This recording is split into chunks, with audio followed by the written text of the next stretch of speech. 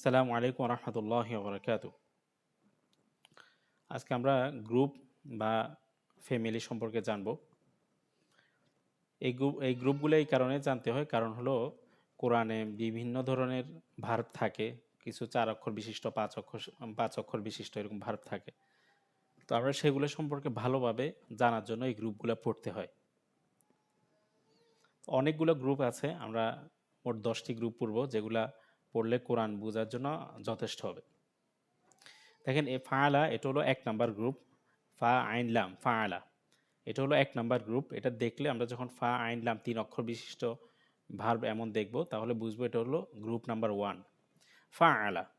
যদি আইনের মধ্যে 2 তাসদিদ থাকে, তাহলে আমরা বুঝবো এটা গ্রুপ নাম্বার 2 ফা আইন লাম, কিন্তু আইনের উপর তাসদিদ আছে ফাআলা।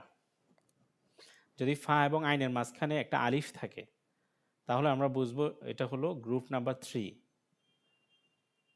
ফা এবং আইনের মাঝে যদি একটা আলিফ থাকে। আফআলা, ফা আইন লাম, তার আগে যদি একটা আলিফ থাকে, তাহলে আমরা বুঝবো এটা হলো গ্রুপ নাম্বার 4 আফআলা। তাফআলা, দেখেন 2 নাম্বার গ্রুপটা হলো ফাআলা, ফা আইন লাম, আইনের উপর তাসদিদ আছে। 2 নাম্বার গ্রুপের আগে যদি একটা তা থাকে, আমরা আলিফ বা তা পড়ি, তা হচ্ছে 3 নাম্বার অক্ষর, তো তা এর মান হচ্ছে 3।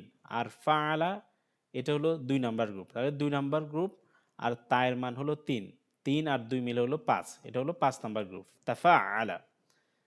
এটা হলো তাফাআলা। দেখেন 3 নাম্বার গ্রুপ হলো ফাআলা, ফা এবং আইন কালিমার মাঝখানে, ফা এবং আইনের মাঝখানে একটা আলিফ আছে।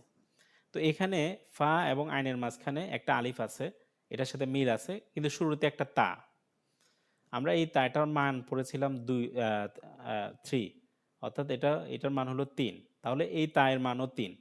এটা যেহেতু 3 নাম্বার গ্রুপের সাথে মিল আছে, ফাআলা 3 নাম্বার গ্রুপের সাথে মিল আছে এবং শুরুতে একটা তা আছে, তায়ের মানও 3, তাহলে এটা হলো 6 নাম্বার গ্রুপ। এটা 5 নাম্বার গ্রুপ, এটা 6 নাম্বার গ্রুপ। ফাআলা 3 নাম্বার গ্রুপের সাথে মিল আছে, ফাআলা আবার শুরুতে একটা তা, 3-এর মানওয়ালা একটা তা আসছে, তাহলে 3 6, এটা 6 নাম্বার গ্রুপ। ইন ফাআলা, ফাআলা 1 নাম্বার গ্রুপের শুরুতে যদি আলিফ নুন থাকে, তাহলে এটা হলো 7 নাম্বার গ্রুপ। ইফতাআলা, ফা এবং আইনের মাঝখানে শুরুতে একটা আলিফ, ফা এবং আইনের মাঝখানে একটা তা থাকলে সেটা হবে 8 নাম্বার গ্রুপ ইফতাআলা।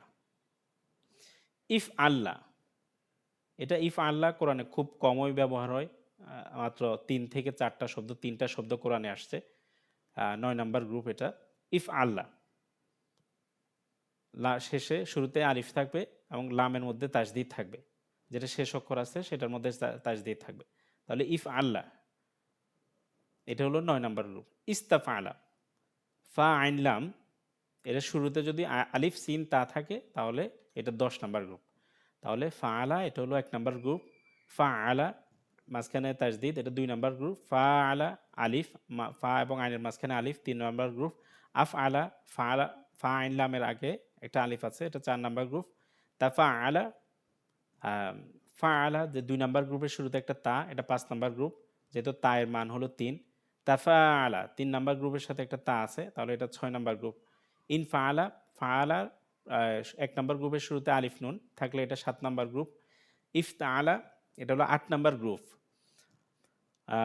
ফা এবং আইনের মাঝখানে একটা তা থাকবে, শুরুতে একটা আলিফ থাকবে। ইফআল্লাহ শুরুতে একটা আলিফ থাকবে এবং শেষে অক্ষরের তাসদিদ হবে, এটা 9 নাম্বার গ্রুপ। ইফতাআলা 8 নাম্বার গ্রুপ, ইফআল্লাহ 9 নাম্বার গ্রুপ। ইস্তাফআলা, ফা আইন লামের শুরুতে আলিফ সিন থাকবে, আলিফ সিন তা থাকবে, এটা 10 নাম্বার গ্রুপ। তো আমরা বিস্তারিত ক্লাসে আরও জানবো ইনশাআল্লাহ, আপনারা এটা দেখে নেবেন ভালোভাবে। আজকে আমাদের এই সম্পর্কে আলোচনা হবে। আসসালামু আলাইকুম ওয়া রাহমাতুল্লাহি ওয়া বারাকাতুহু।